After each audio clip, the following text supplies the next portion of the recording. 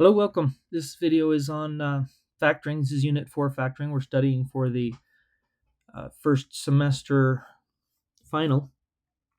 This problem is about factoring completely. Uh, quick review here. We've got three factoring strategies. This is what I like to tell my students. It might be new to you, but I've got one. Oops, let's change that to black. I've got one is GCF. That's my greatest common factor. You're factoring out one term, one monomial from, in this case, it would be three terms. And so what would you have inside your parentheses would be also three terms once you're done. Number two, I like to call dos. That's difference of squares. A difference of squares. And those always are factored the same way. It'd be a squared minus b squared, and they always in factor in that same pattern. As you figure out what a and b are, you would say a and a here, b and b here, and then they factor to what are called conjugate pairs. So I've got a plus b here and a minus b here, and so they always factor that same way. And I like that the initials spelled dos because that's Spanish for two, and it happens when you have two terms, and that's what we have. That's not what we have here, but that's the other way. And then three, which is probably what we're going to focus on here. I just leave it at tri, but that's the trinomial. And we do this thing where we calculate a c, which is a times c, and then b. And we're looking for two numbers that multiply to ac and that add to b. And those numbers, a, c, and b, those values come from the standard form of a quadratic, which is ax squared plus bx plus c. And that's the a and the c that we're talking about. And that's really what we're going to use here. You should always check to see if you can do one or a combination of them. So always check first for your greatest common factor. This only has x's. This has an x. And this has just the number. So they don't really have a greatest common factor other than one, but we checked. So then we would move on. Difference of squares doesn't apply, and so then we would just focus on the trinomial, which we talked about. So a, in this case, if there's nothing in front of the x squared, that means a equals 1. C equals 48. And so AC is 1 times 48, or 48. And B is negative 14.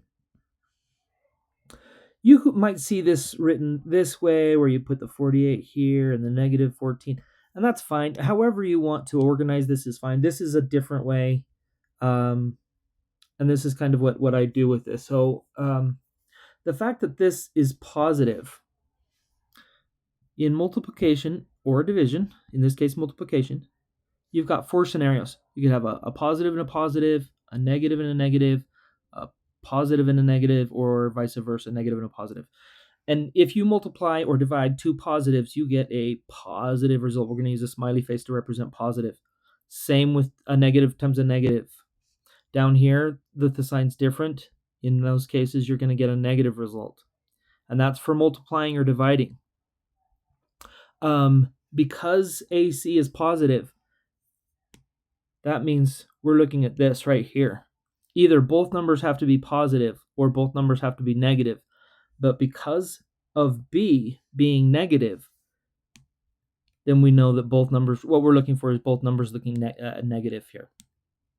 And so I'm going to put a negative 1 times a negative 40. I'm just going to start with 1 and then go all the way down. I'm just making them negative.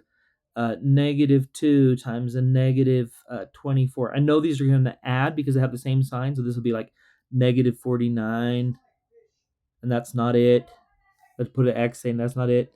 But I'm not going to add them all because I know when I get it close to that 14, then I'm going to start adding them. Still far off. That'd be negative 26. 4 plus 8 is 12. 12 is divisible by 3, so is 48. Excuse me, so is 3. So negative 3 times negative 16. And we're getting a little closer. That'd be negative 19. Negative 4 times a negative 12, that'd be negative 16. Oh, we're getting really close. 5 won't go into 48 because it doesn't end in a 0 or a 5, but 6 will. The test for that is just done already by the fact that that we can divide it by both 2 and 3. So negative 6 and 6 times negative 8 would be negative or positive 48. And those are the numbers that we're looking for, because negative 6 times a negative 8 is they add to negative 14. Negative 6 plus negative 8. Negative 6 plus negative 8 is the negative 14. So that's what we're looking for. Numbers that add to B, but that multiply to AC.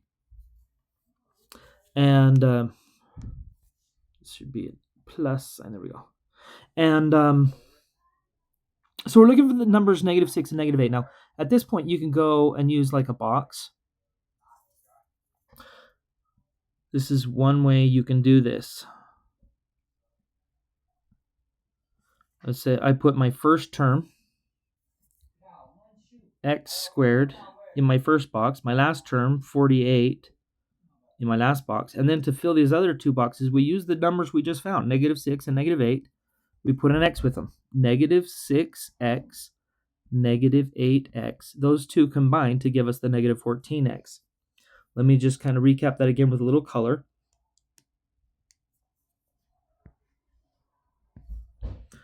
X squared is my first term, goes in the first box.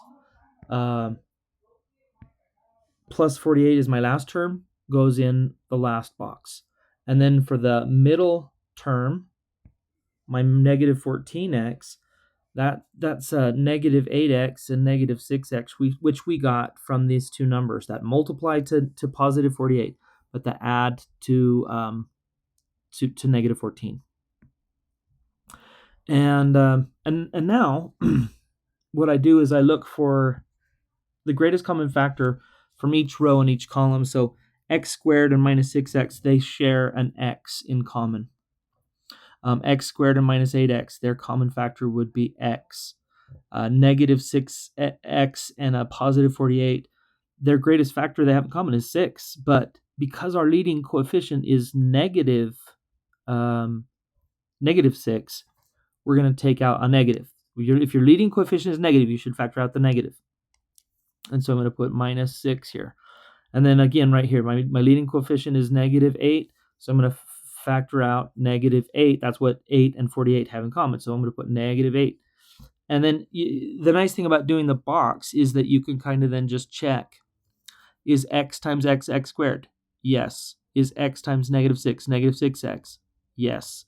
Is negative 8 times x negative 8x? Also yes. And then is a negative 8 times a negative 6 a positive 48? Also yes. So we've checked all the way around, which means these are our factors right here and right here.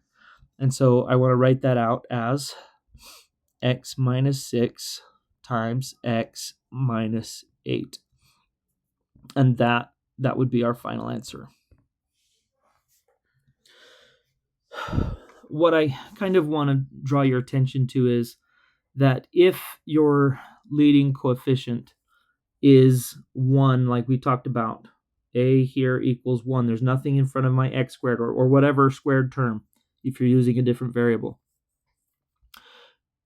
then you really don't have to use the box. You can go straight to the factors, and you could kind of do it this way. You can say, look, well, there's no a term there. We have found negative 6. We've already found our negative 6 and negative 8. So I know I'm going to have x here, and then I just minus 6 and minus 8. Because a negative 6 times a negative 8, that's our positive 48. Negative 6 times x, that's negative 6x. X times x, that's our x squared. And then x times negative 8 is negative 8x.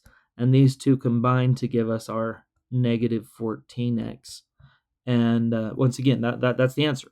And so having checked it, we can now say these are our factors. Study hard. You got this. Practice. And don't give up. Ask for help if you need it. You got this.